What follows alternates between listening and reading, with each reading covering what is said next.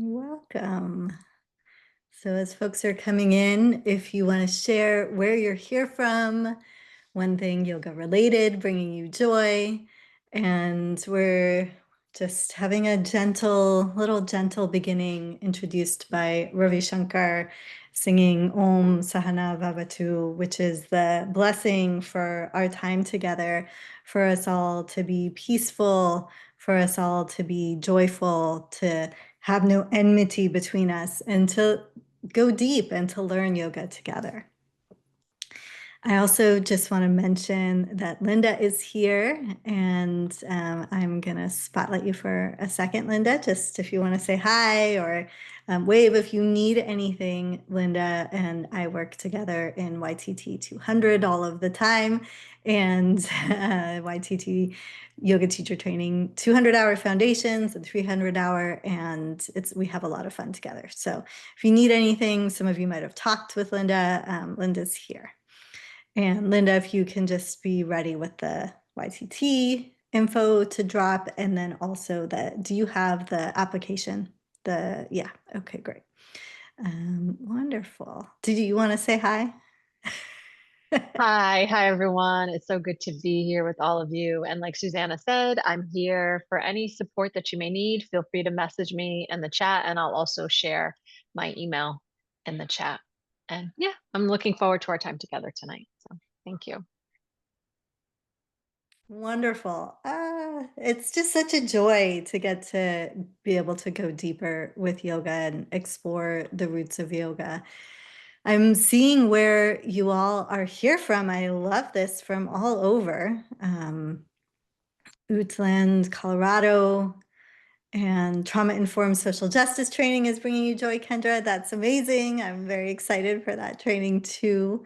I am seeing folks from Baltimore, finding my way back to yoga practice, San Francisco. I like to practice at home where I'm most comfy. Me too. I love practicing at home as well.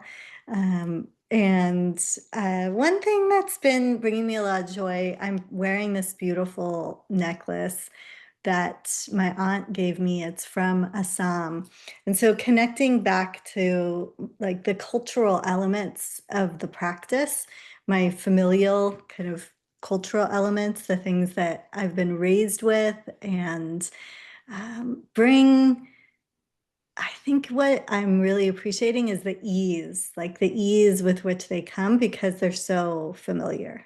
And um, and I am in colonized Fernandino Tatavium and Chumash land, which is known as Santa Clarita, California, like the northern part of Los Angeles area. So many wonderful, wonderful folks. Taipei, Taiwan, welcome. Yoga has been reminding me of my relation to universal spirit. Yes. In the Gambia, recently appreciate the connections that I can establish with complete strangers that otherwise I will never meet if it wasn't for yoga.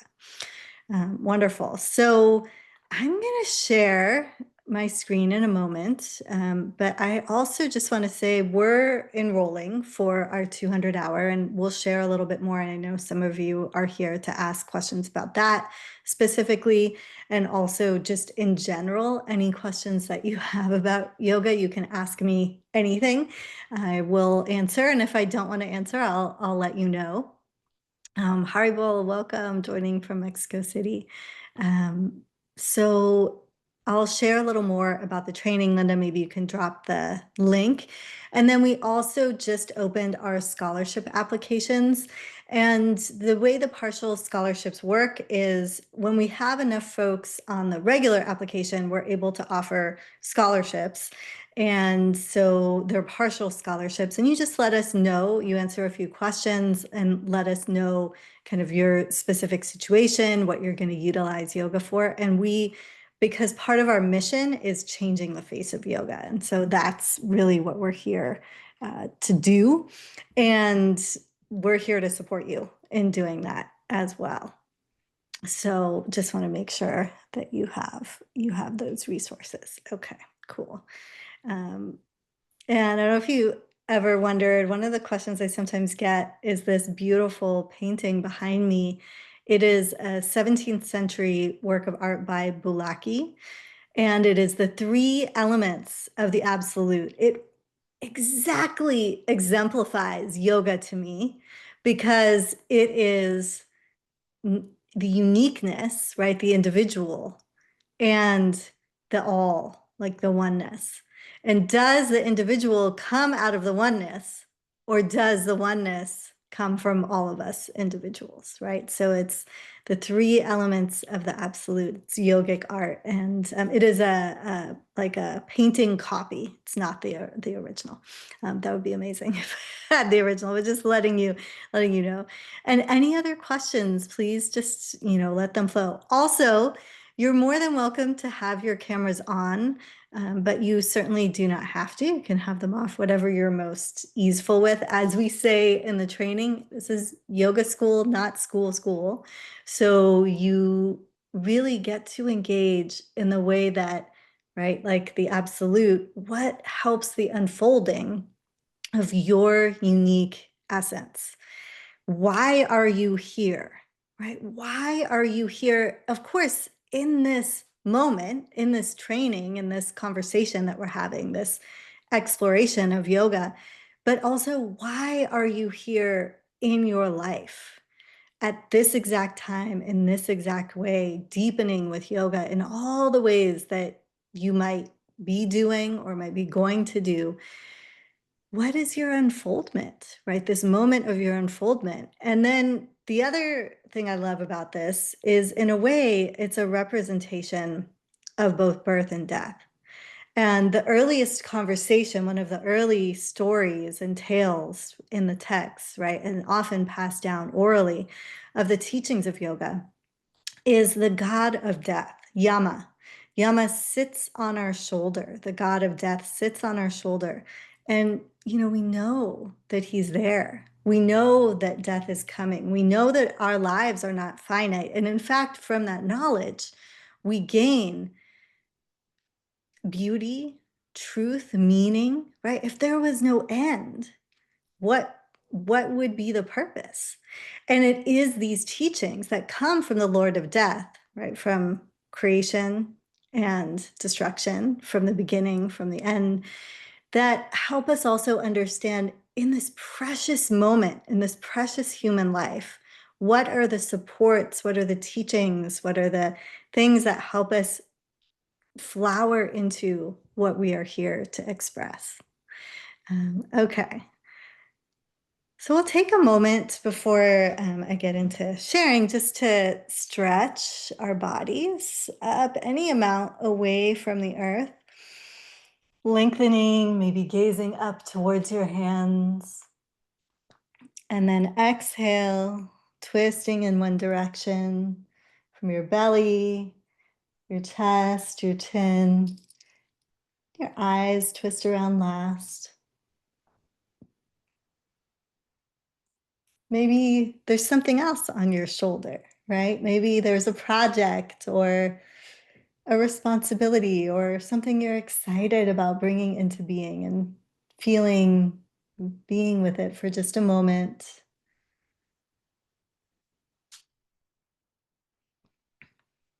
When you're ready, on your next inhale, lifting your arms up through center, connecting to the divine, right? To, as you extend, that which is greater than you, maybe that which is unknown. And exhaling, twisting to the other side.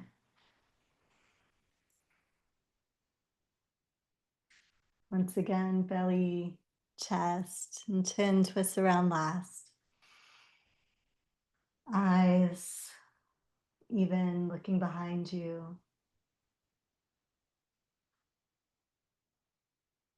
Maybe there's something you're letting go, something you're surrendering or releasing, a fear, an insecurity, a block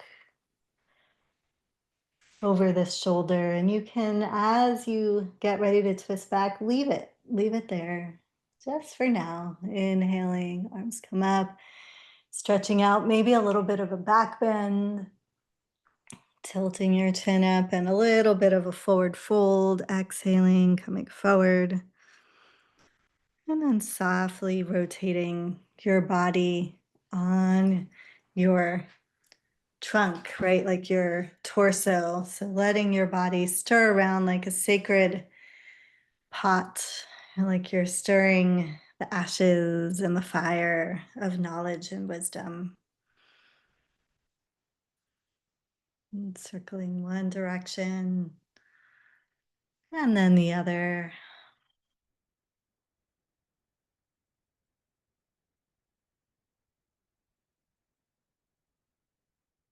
And finding your center, not a perfect center, but your center right here and now. Coming into maybe stillness or maybe like soft movement, whatever's supportive to you. Connecting to the inner self, the part that yoga recognizes as whole and perfect, complete,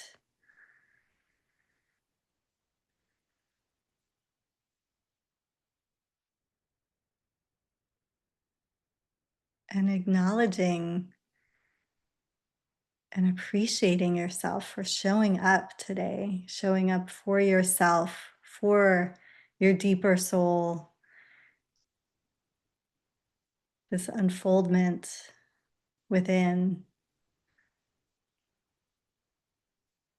and honoring and connecting to the roots of yoga, sending appreciation back through time and space to the early practitioners under trees, by streams, at the base of mountains, in the Indus Valley and Saraswati River Valley, who, just like you and I, were seeking freedom from suffering, peace, and to bring liberation and joy to themselves, the communities, and for some, all beings. And to your place in this lineage and honoring this lineage, if you'd like, you can give a gentle bow.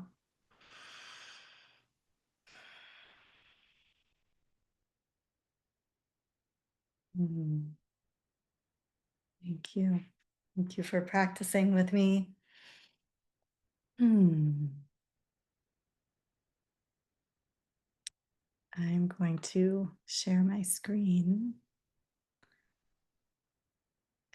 and explore a little bit. Can you see my screen? Nice. Okay, great. So we're here to explore this workshop and also space where you can ask me anything you would like. The world is on fire and yoga is our medicine. And I just want to acknowledge, right, these images are me and Linda and other practitioners that were at a recent retreat that we did that one of my colleagues, Alex Nicholson, um, turned into drawings. And so isn't that, I just feel like, yeah, so powerful. We got to practice in person, and that's something that we'll have the option to do as part of the 200 hour. There'll be some different in-person options to come to in 2026. And yoga came out of a context of strife, of struggle, right? Not the exact same, of course, as what we're dealing with, but immense suffering, war, and disagreement and inner dissatisfaction. And it is a practice, probably the best practice I know, for finding our way through that, to care for it and to change ourselves and the world. And so we did a little bit of this already, but I'll just, you can never take too many deep breaths. Sometimes I think, there's a few things that yoga training is, right? Like a 200 can be like therapy a little bit. And it also is, it's a reminder to breathe, to take a deep breath. and a reminder of our true selves. I'm curious if you could drop a 1 in the chat if this is your first time ever being here with me, and maybe a 2 if you've hung out with me before. So let me know, because I'll like share depending on, yeah, okay, cool. Wow, that's so cool. I love that there's folks who are new to coming into the space, and I love that there's folks that have been here before. Mm. Oh, I love that. Thank you. So I love to teach. I have been a teacher for a long time now. I started teaching right out of college, and when I was little baby Susanna, and and then that really drew me into my practice more intently because I wanted to be a good teacher, and the gap between where I was and where I knew I wanted to be was so great. I was suffering so much that I would, on my way to school or before school, I would practice yoga, asana, meditation, come home and practice yoga nidra as a way of really, like, honestly just managing the situation I found myself in as a 21-year-old with a couple classes of students that I was responsible for. But the beauty of it is the yoga works. And within a few months, I was loving teaching. It was clearly part of my calling and my purpose in life. I'm really honored to be able to say that. Taught in public schools for 15 years. And during that time, traveled to India, did more study, came back, and my friends, and I'll stop sharing for a second just while I tell you. They noticed I was different, right? Like your friends kind of noticed stuff. They noticed that I had changed. And so they said, "Hey, what is it that you've done? Like, what's different about you? And can you share with us what you're doing?" And that was the birthing of the very first yoga teacher training, 200-hour, that happened in my backyard, in my garage, basically, and wherever we could find a space for it in 2014. So we've been running 200-hour trainings for over a decade now. I've run about, because I used to run 2 a year, I've run about 30 yoga teacher trainings. In the last 6 years, they've been online and with some in-person, opportunities. They're incredible. They're my favorite thing to do. I love to be colonial and radical embodied yoga teacher trainings. I also gave a TEDx talk that went viral. If you're interested in a little more of the backstory of, what brought me here and my ancestral connections to yoga and the challenges that I've had, including a trademark complaint on my first book, literally I was told as I was about to publish it, you can't say honor yoga. You can't use the words honor yoga to an Indian woman, right? Like you can't use those words. And that was a challenge, a huge challenge. I had to change the name of the book and all of that. Even though I might be right in public opinion, I would have been, likely in trouble in the courts because the people who own that trademark they also own a big gym and a number of other things. So many of my personal experiences mirrored some of the challenges of yoga in the West, the way that it's watered down, the way that it's, kind of capitalized upon, taken, turned into fitness, right? All of those things, those challenges I experienced. So if you're interested in that story, and also I think the theme of my TEDx talk is like how an idea, right? Like, and can spark change, right? Radicalize um, the whole kind of like institution and framework of yoga in the West. I've been honored to be part of shifting with the writing, teaching, the books that I've shared, right? All of the free education. And there's a lot of folks now on the trauma-informed, honoring the roots of yoga path. And I can't wait till we're all there. Like a yoga practitioner on every street corner, in every courtroom, in every school, right? Like in every household, the world will be so much better for it. And that's what I do all of this for. I'm just went back to school. I'm a scholar in yoga psychology. I'm also a partner and a parent and a kiddo myself. I have parents that live down the street from me, and I have a tween kiddo named Kailash and two puppies, Bliss and Harmony. They're Labradoodles. And I'm currently learning the bass guitar just for fun. And we have a little family band. Kailash plays drums. My partner plays guitar and sings, and it's a lot of fun. So um, that's a little bit about me. Just pulling up the chat. Um, nice. Okay, cool. So let's dive right in.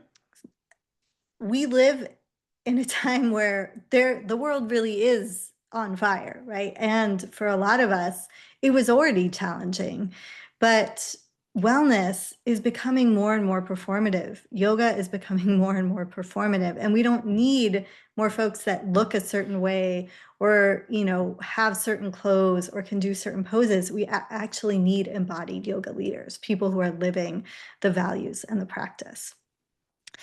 And so if we reframe what we think of a yoga teacher training or going deeper in yoga as, it is not just a training. It's not just a thing that you do right now, right? It's a thing that changes the world around you, and it changes your world. And these are images from a recent fundraiser and Skillshare that we did to raise funds for Palestine. This was a really powerful event of yoga, meditation, and also education. We also later, a few months later, came together to create art and practice yoga. So, and then here's our retreat, right? Yoga's roots are designed for these times. They're actually here to support us through these moments. And so just for anyone new to, this isn't the just breathe and it'll be fine, right, kind of yoga, or the only love and light. This is we're going to talk about the challenging things. You can ask me about the hard things. You can ask me, anything. There's no question too embarrassing or too, inappropriate. You can ask me anything. So if you're feeling, and maybe just drop a 1 in the chat if any of these resonate. The world is so messed up. And I want to go deeper in yoga, but I don't really know how it'll help, or I'm not sure I'm ready to teach, or who am I to share yoga, or I'm not sure, how, or if I'm the right person, or if I'm going to do it right, or honor yoga's roots. Drop a 1 in the chat if you've felt any of these things. Yeah. I think so many of us. Yeah. Yeah. I've also felt these things. And I just want to say you're in the right place, because that's what we're exploring. And also, you don't need to actually want to teach, and you don't need to be ready. You just need to be willing and have an open-minded heart, because yoga will work through you. Yoga's not selfish. It's not a luxury. It's actually a path back home, right? And it's home to you, like the little Susanna, like the little S Susanna, but also the big S, right? Like the self, all one that every one of us is part of. So it's a path back home to all of that. And I just want to pause for a moment to see if anyone has any questions or comments. Yeah, Rupali, the world is so messed up. I want to go deeper, but don't know how yoga will help. Yeah, I want to address that one before I go through the rest of the slideshow, because I posted something recently and someone was like, yeah, I don't understand how yoga is going to stop war. Like what, and the reason, when I came to school brought me to yoga, back to yoga, but I think many of us come back to yoga and have calls to it at many different times. And another call for me was as an activist. I was out in the streets protesting, And there were these peacekeeping bodies, right? Like people who would organize protests. And I went to a meeting. I was the only woman, only young person, only person of color besides my friend, whose name is Cesar Chavez, although not the Cesar Chavez.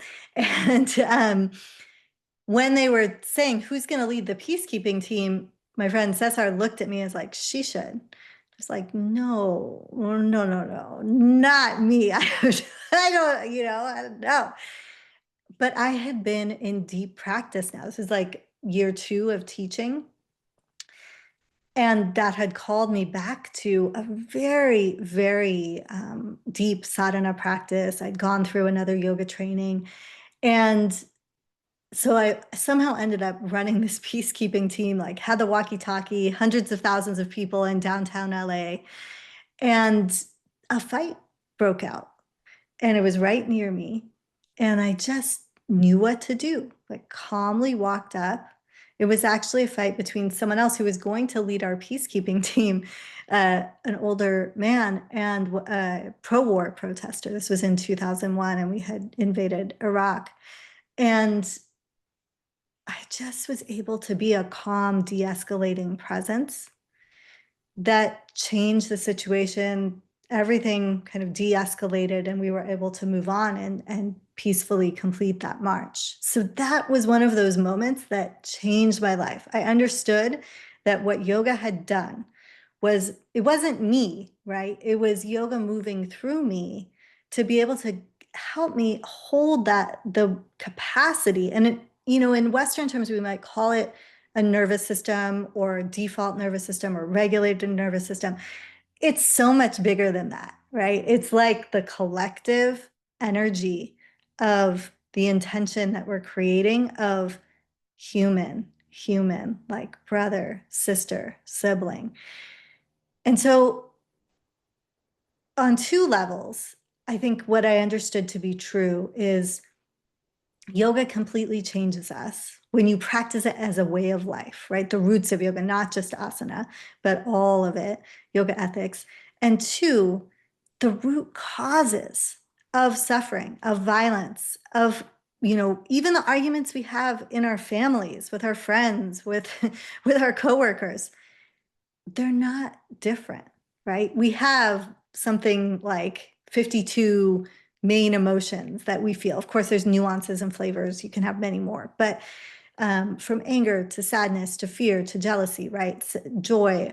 And what yoga allows us to do is notice the pause between the emotion and our actions, or between our thoughts and our actions. And it's in that pause that we find freedom.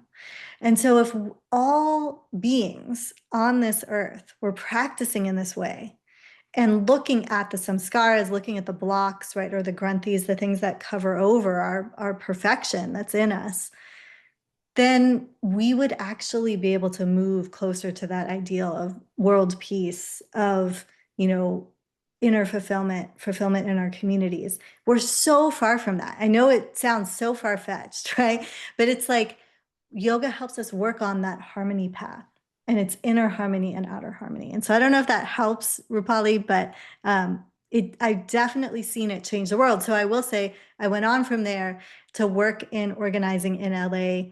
There were huge issues, right? Like the school to prison pipeline. Like if we take this issue, it's like I worked as a teacher in the system, right? If I said this student is truant or late, they could get a ticket that would send them on the pathway to prison, because if their family couldn't pay that truancy ticket, you know, like huge issue, right? Big, big issue. Interlocking poverty, racism, classism, all sorts of isms bound up in this. I never ever sent students in for being truant, right? My goal was, how can we actually take this issue and create a tipping point? I cannot do that alone. I could definitely help my students by not sending them in, but how could I change the whole structure? Well, guess what? With a number of other organizers, other teachers from many schools, we were able, it took years, right? So much practice and so much dedication and showing up and working in our, schools, governments, all of that. We were able to get them to depenalize truancy because many of those students, it was their parents that were late or the bus was late or they had to be at work overnight, um, so that of course didn't stop the school to prison pipeline, but saved hundreds of thousands of students from going down it. Did yoga change the world? Yes, it changed. And I'm still like communication with many of those students that we worked with. So just sharing. Yeah. Um, pause for a sec. Okay. Mm, thank you, Rupali. Yeah, incremental game. It's slow. Yeah. And then Amy doing yoga yourself at home since 2019. Haven't felt welcome due to my larger body size in studios. Can other people drop a 1 in the chat if you've ever felt like you didn't belong in a yoga studio? I know for sure I have not felt like I belong in yoga studios. It was very hard for me to get a job in yoga studios. Yeah, so just we're with you. And yoga was never meant to be taught in a studio, right? It was teacher to student in community centers, in, community spaces, right? Like there's um, so many ways to share. And in flexibility, I also am not very flexible. I never have been. And it doesn't matter. I've taught students who I had in the early days, a student who was a paraplegic and who became one of the most incredible yoga teachers that I've ever had the privilege to learn alongside and to be colleagues with. So you don't have to be able to move any part of your body to be an incredible yoga leader, practitioner, teacher. Yeah, so many of us. Yeah. Okay. A lot of you feel that. So just connecting in there.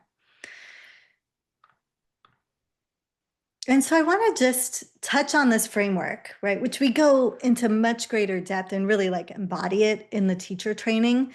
But the practice is here to change the world. And so this framework, like we honor the source, right? Embody the practice, the deep practice, live yoga ethics, decolonize and repair, practice in ways that are trauma informed, consent based, equity and care. And then, some of the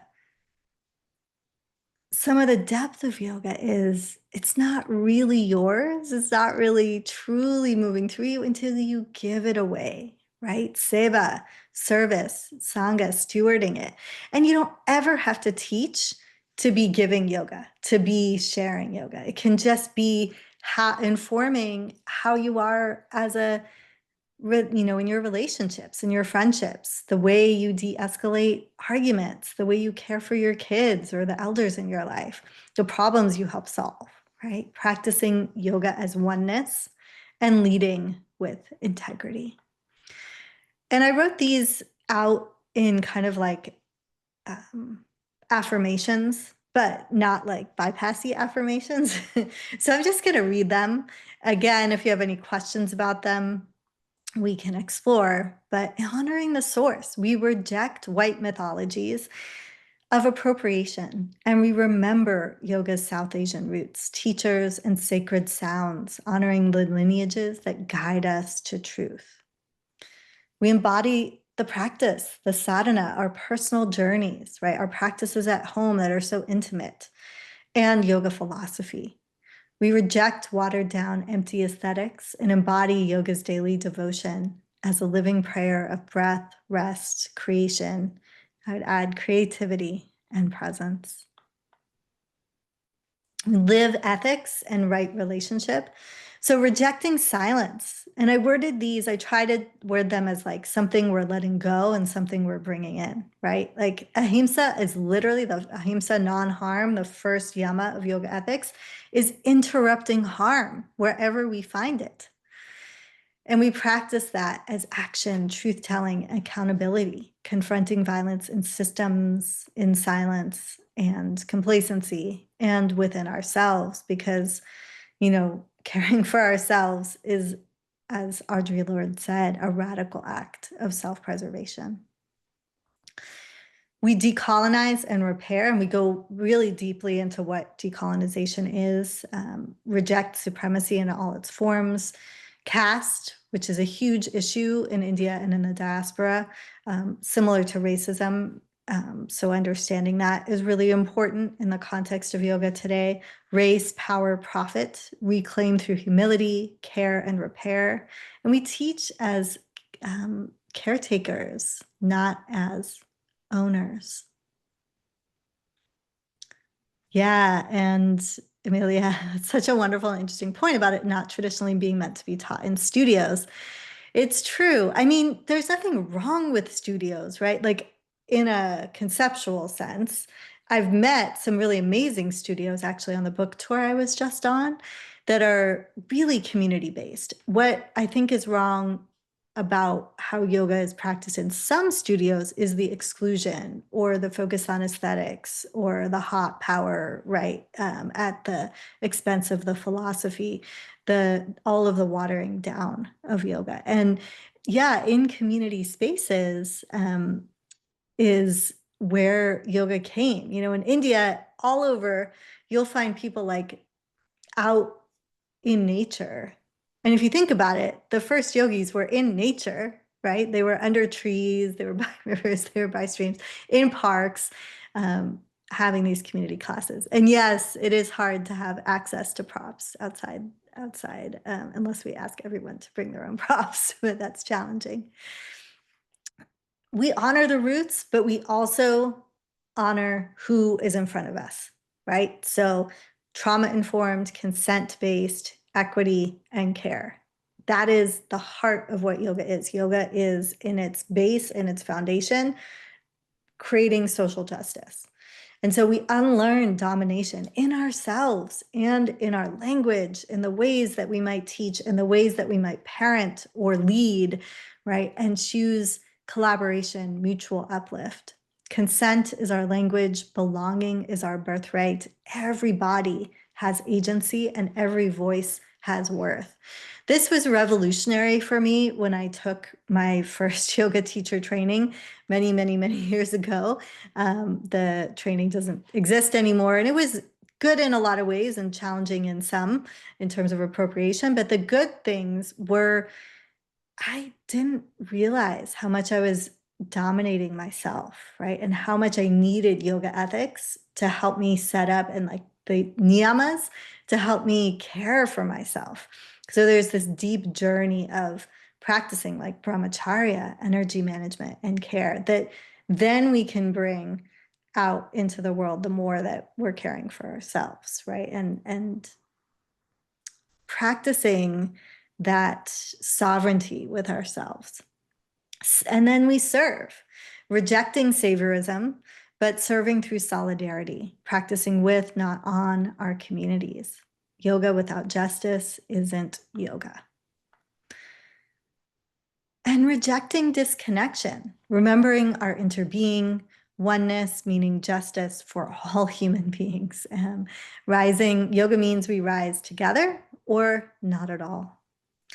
And then leading with integrity, from roots, not our egos. Of course, recognizing ego, but maybe having fun with it, playing with it, letting it go, right? Laughing with it, towards our true self, moving with courage and care. So yoga brings freedom for all beings.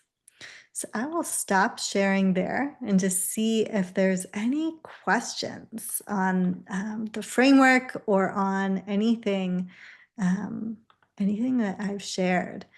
Because really we're like practitioners that then move into leaders that then, like, as we move into teachers, we're giving away the practice, right? So any questions? The ask me anything part. And you can ask in the chat. Linda, maybe you can drop the links to the training. and the scholarship application, which we also have right now for the yoga teacher training. Anyone have any questions about that? I'm also happy to share about the training too. What if, so this is Jennifer. Hi, Jennifer. Hi.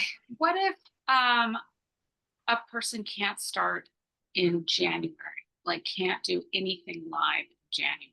Just it would just be like that lap that, when it starts through the end of January. Yeah, yeah. That's a great question. And Linda, maybe you can jump in too, because we have so many students.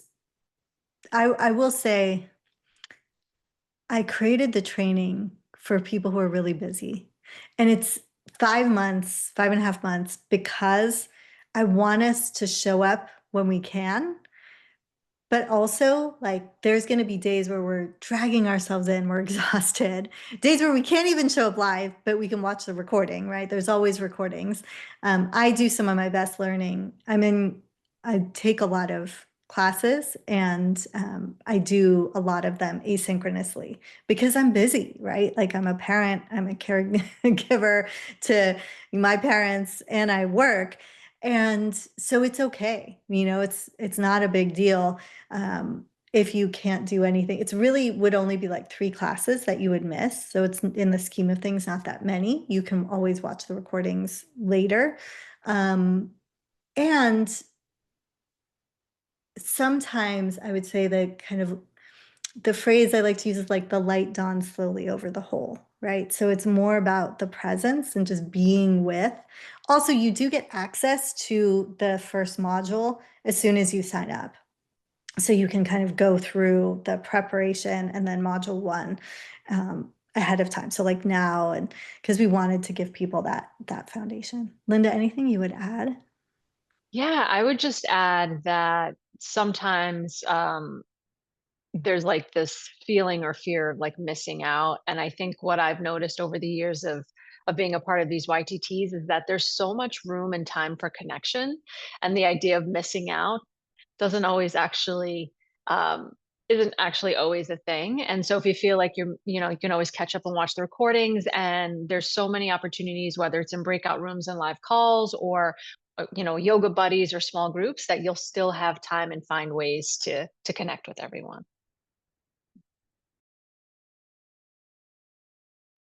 Jennifer, any further question on that? Okay. Okay, great. Anyone else? Really, when I say ask me anything, ask me anything. Hi there. Hi. Um, it's so nice to be here with you. Thank you for the activism you do in the world. I'm feeling really called to be here. Um, and that's my hope. Historically, I'm curious if your training touches on the difference in the ways that men have been taught and women have been taught. Do you speak about those different layers? Because I believe there's the world is full of people being taught by men for men, and I'm curious how you support the women and the sacred feminine in the training. Mm, yeah. It's such an interesting question. So the real beauty is, though there have been a lot of male teachers who've been lifted up historically, yoga has had many, many female leaders and teachers through time and space, right? And many non-binary ones and many genderqueer ones. And I would say looking at those histories and looking at those stories and learning about those teachers, um, whether it's Mirabai or, like the different ways that yoga has expressed itself, I feel like is part of how we change. It's almost like it's funny. Your question is interesting to me because I think in our training, like some of our students have described the training as like a feminine form training because we're not power over, right? We're working to share power. And then And then just the sort of decolonizing aspects, right? And then also I'll just name my lineage is Durga lineage in Assam.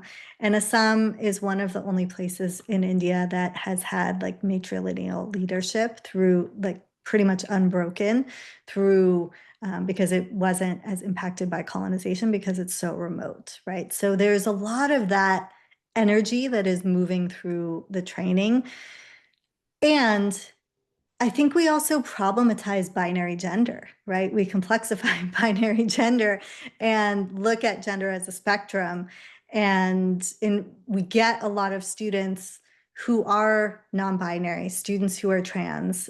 We have a lot of leaders in the training, teachers, faculty who are trans, who are non-binary, and who are sharing from that space of like, in the big frame, right? Again, big S self, like gender is infinite. There's as many genders as there are people in the space and as teachers who have ever been.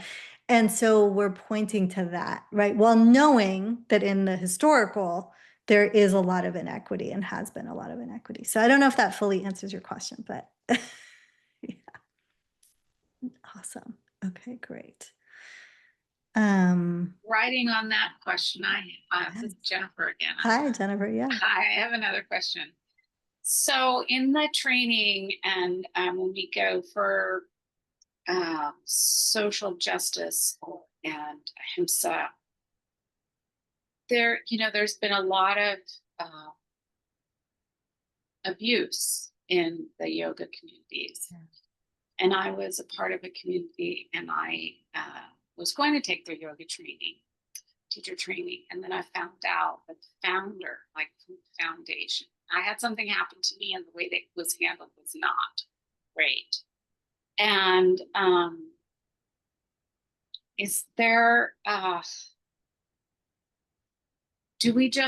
will we just be like focusing on our yoga and what we're doing? Or is there any module or anything about how to address these abuses that have happened and how to communicate with people? I mean, I get a little feisty, Yeah. Yeah, no, I'm so glad you asked that. Yeah, I mean, I am feisty. I come from people who are not afraid to speak up. So I'm like, it's not right. Like, and don't try to like give me all these stories of why you're going and supporting this community to heal them. And I thought, so I have just found myself getting wound up, and I think this is why, is I've looked into your program before, but this is why I was like, okay, I need some tools that when I come upon this, like what language do I use? When do I walk away? When do I fight? Because I mean, the things are egregious and it's systemic. And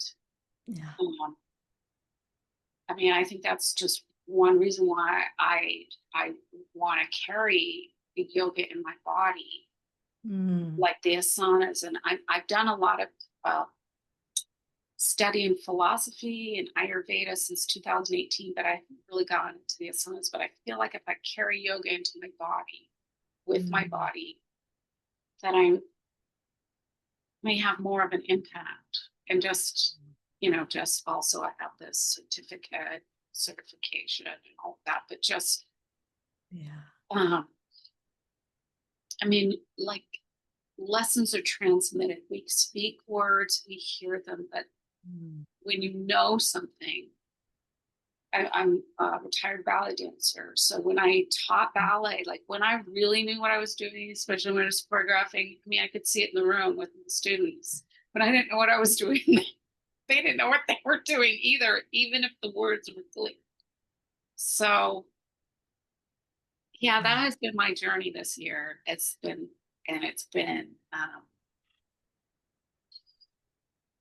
I want to say a revelation, a wake up. And then having to find that place of piece of radical acceptance, but not accepting in the sense of, well, I'm just going to let that go. But this is the way it is. now let's not like freak out so much that we cannot help with some kind of change. Yeah. Yeah. Wow. Jennifer, thank you so much for sharing that. I just want to honor you and like that all that you're going through and that community that you're part of is going through. It is no small thing. It's huge. And you're so right. It's systemic, right? There's abuses all over. Right now, we're dealing with another Ashtanga community abuse scandal, and I'm being called in to do some work there. Absolutely. This is like the heart of what we mean when we say yoga is social justice, right? It's looking at not shying away from the abuses that have happened historically in most of the yoga lineages, right? You almost can't find a lineage that does not have an abuse claim or, terrible, terrible things within its history. It is not an accident because, right, of the way power works and the way oppression works. And just even that simple thing that I used to say to when my kid was a kindergartner, right? Like hurt people hurt people. And so when you've got systemic oppression of, say, Indian men and emasculation, those men turn around and try to find power by harming who are the vulnerable, right? Women, children. And we've seen that again and again and again. And so we look right in the face of these things. We talk about them. We have a whole module on this, multiple trainings, multiple discussions, space where we go through like the other piece I'll say is I have my own history, not in a yoga lineage, but in the school that I went to and worked at, and then recently testified in 2 Jane Doe trials to support the Jane Does and getting some form of justice. And so I've learned a lot from that. And I know that abuse happens, it's like a system, right? So the only way we can shift it is conversations like this, communities like the one that we create. And the way that we frame it is you may think that you're doing the right thing, right? All of us. And you may be abiding by yoga ethics, but without the Sangha, without the community, without the students that you meet and the mentors, right? And the teachers that you have a relationship with, it's very easy to be pulled off the path and cause harm.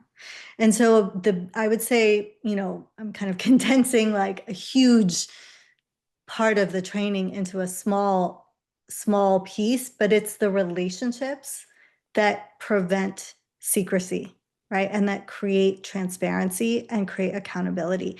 And it's messy. It's really messy, as I can tell you're experiencing, right? And it's also, for me, been some of the most powerful and healing work that I've been able to do is working, alongside those other folks who've been going through this. So I want to just pause for a second because I know that like went deep into something, and I see a very practical question. And also I see Alicia maybe has a question. So someone was asking, yeah. Someone was asking about logistics. So I just want to show you this before our time is up. I can go a little over, but yeah, the 200-hour, I think the piece I want to show you is the experience of it, right? And we'll have an opportunity to meet in person. And many of us from the last training got together in person. In when was that? Was it August? Yeah, August. We'll do a gathering in the new year, but we'll kind of figure out when. We'll talk as a group, the people who sign up, to figure out exactly when it'll be. And so this is some of the structure, the philosophical structure, right? It's all of what yoga is, the yamas and niyamas, yoga ethics, which, yes, exactly, that is why yoga is social justice, is yoga ethics, yoga philosophy, and psychology, which we'll really go into, not just like covering it, but living it, embodying it. Pranayama, pratyahara, which is like not just breath, but like life force energy, focus, mindfulness, meditation, freedom and living joyfully, and then of course asana and learning how to practice and have your own home practice, and also how to teach in a really accessible and trauma-informed way. Yeah, it's a community. It really is. And it's ancient wisdom and a social justice lens. So what I wanted to get to is the schedule.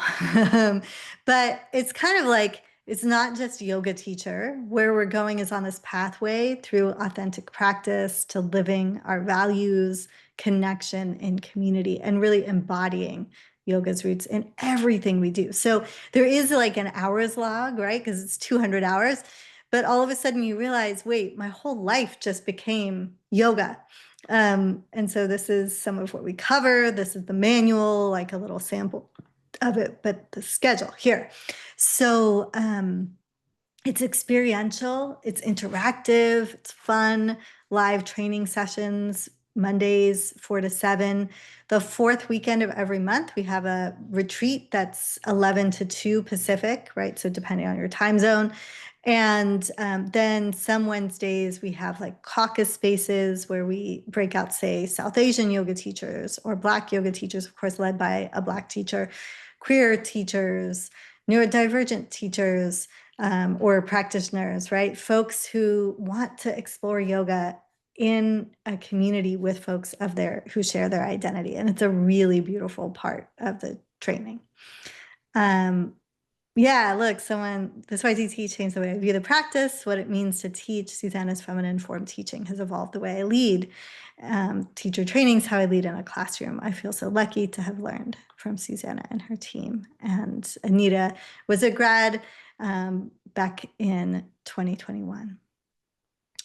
And so each class, we do a ritual drop-in. There's core content. We might do breakouts, art or experiential learning, guided teaching, group, and then a ritual closing.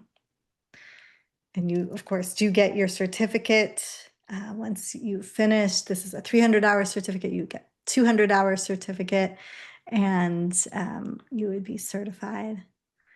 And then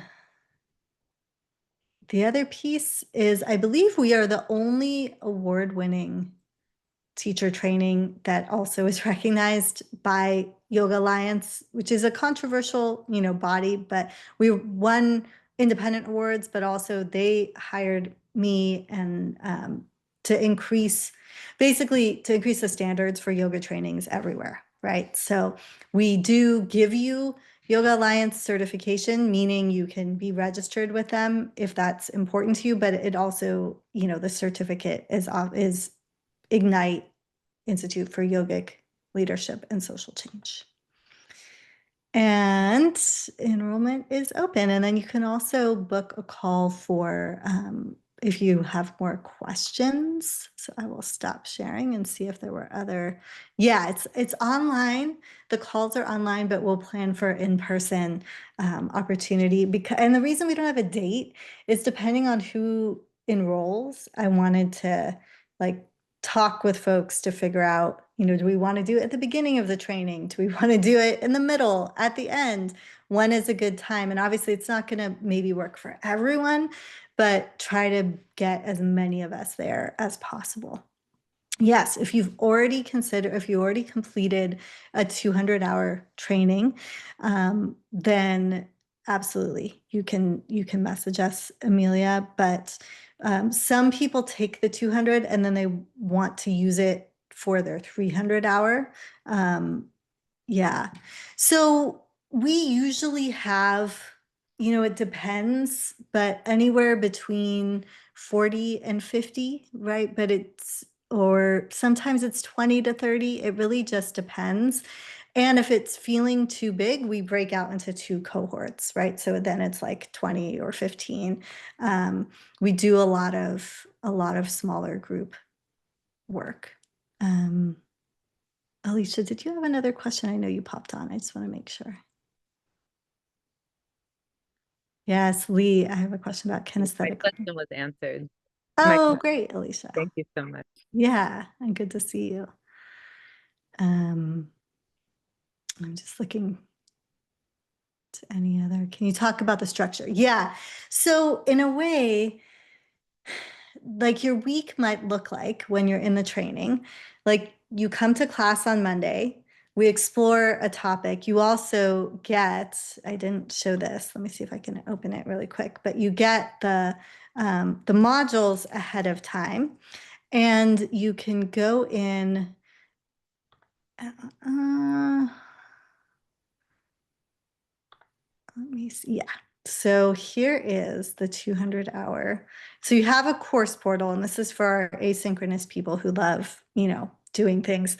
This is the 2026 portal. We have it set up already. And so you can see there's 10 modules. But for example, if we're looking at yoga, power, privilege, and the science of social change, you go into that module. There's a manual, which I'll show you in a second, and short videos that you can watch on your own time.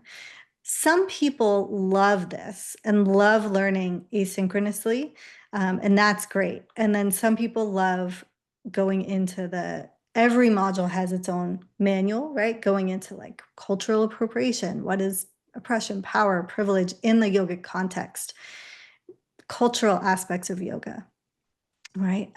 And then we come together live to more practice, to break out into groups, to have discussions, to teach, right? To learn how to teach. So all of that is in there.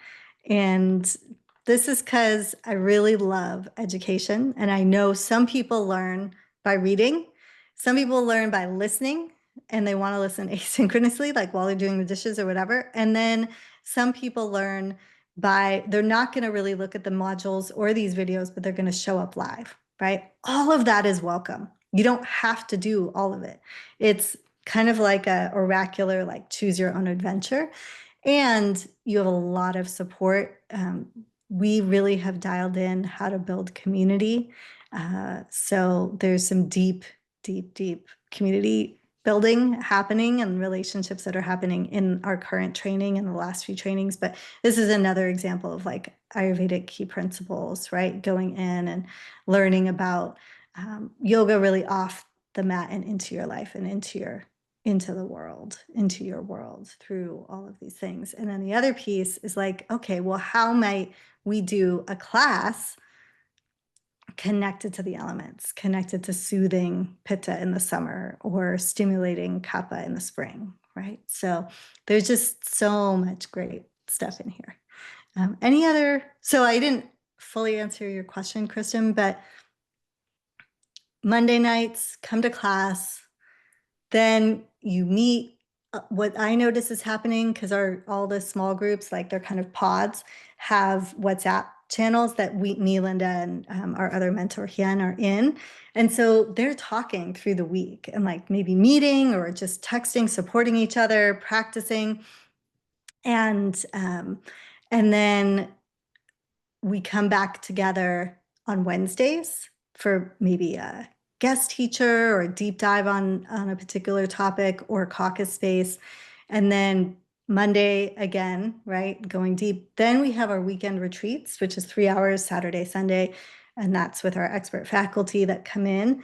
And that might be like trauma-informed yoga or healing justice in yoga, or it might be on the sacred, yoga, the sacredness of sound.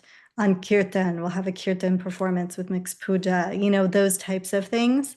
And then we have an integration week, because what we've learned is after that weekend, it's nice to have the Monday off to like gather with each other, kind of process, and then we come back the next week. Any other questions?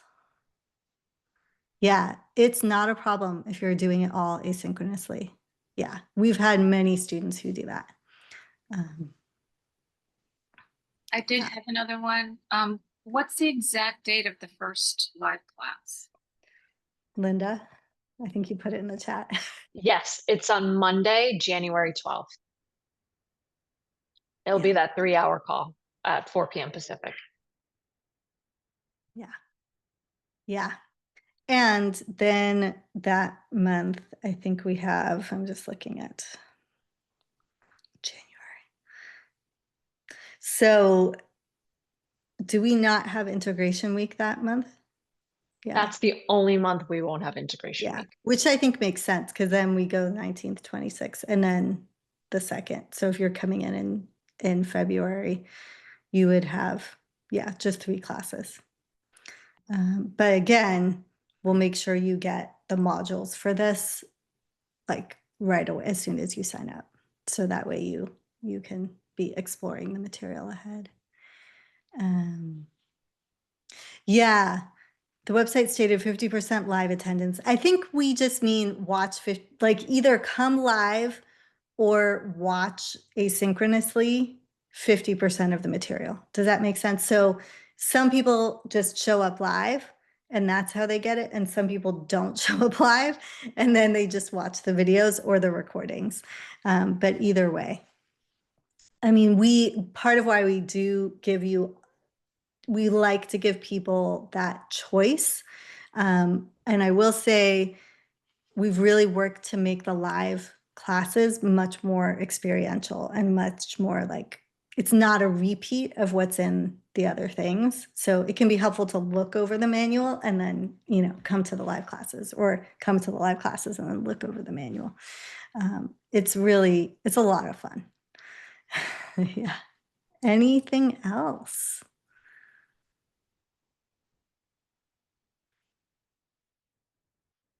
I love your questions. Y'all have really, really good questions.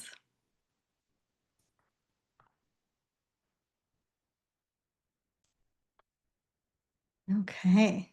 So I'd love to invite us to close and just reflecting now, whether you do the training or not, what is one way that you're going to deepen in yoga? We started with some aspect of yoga that was bringing us some joy. What's one way that you're going to deepen with yoga in this next period of your life? And that might be through santosha, through cultivating joy. That might be through yoga ethics, living your practice, Ayurveda. It might be just showing up for yourself, ahimsa, non-harm, brahmacharya. And if you'd like, you can breathe in, rub your hands together. Exhaling, place your hands somewhere on your body and receive that care.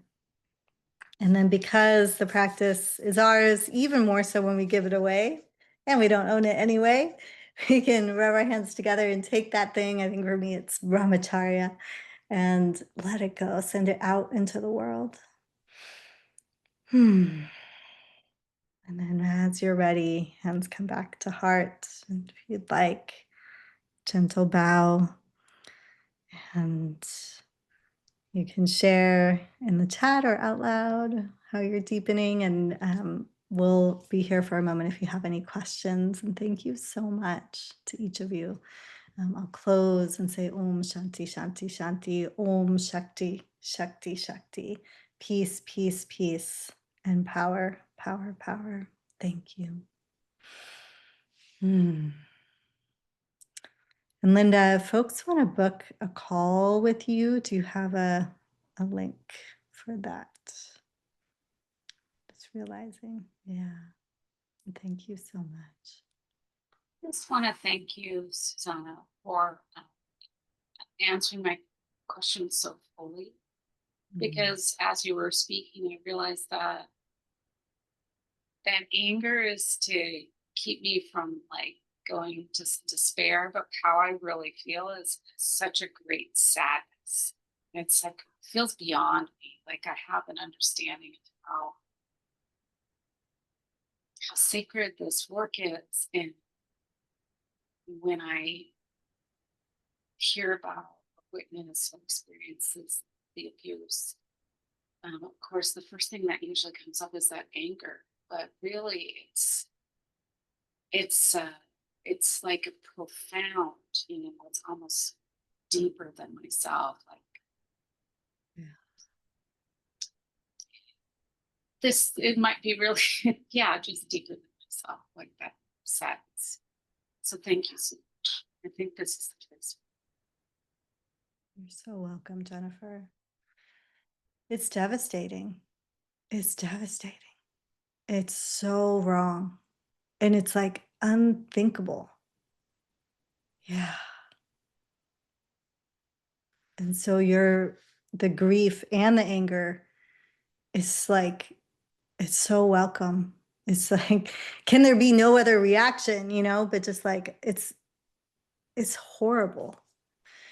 And our inability to accept that and be with that and like just sit with it, I think is part of the problem that keeps perpetuating, right? The people who are just like, oh, no, we're not going to, we're not going to deal with that or push it under the rug. Like, no, we need to address it. We need to deal with it. We need to talk about it. And we also, I think the big piece is like, and it's tricky to do this, right? But how or in what ways am I or the systems that I'm a part of complicit in creating the possibility for these things to happen? And so when we look at that, then we could look at how we can shift it. Yeah. Yeah. Not in any way. I'm not blaming victims, right? I'm not saying folks who are bystanders, right? But it's like that radical accountability that says, I will not stand for this abuse and this oppression and this, because I think about like these systems of oppression and colonization, they work on exploitation of the powerless, right? Powerless. Of course, there's power that can't be given and can't be taken away. But it's children, especially, who are the ones who are targeted again and again and again. And so it's like, how do we cultivate systems that look at our inner systems of power and empowerment? Yeah. So thank you, Jennifer.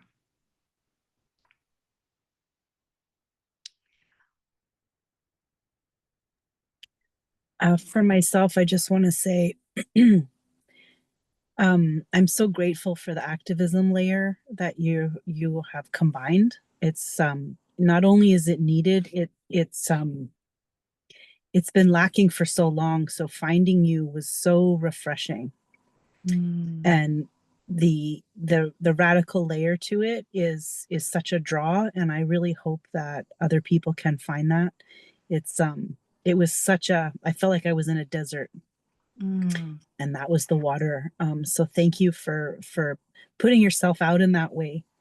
I was so glad to found it, and I can imagine there's others searching. So thank you for the work that you do.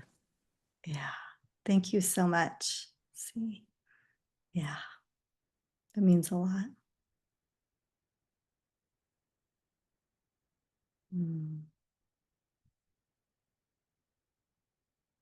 Thank you to each of you. I'm going to stop the recording and just say a lot of gratitude.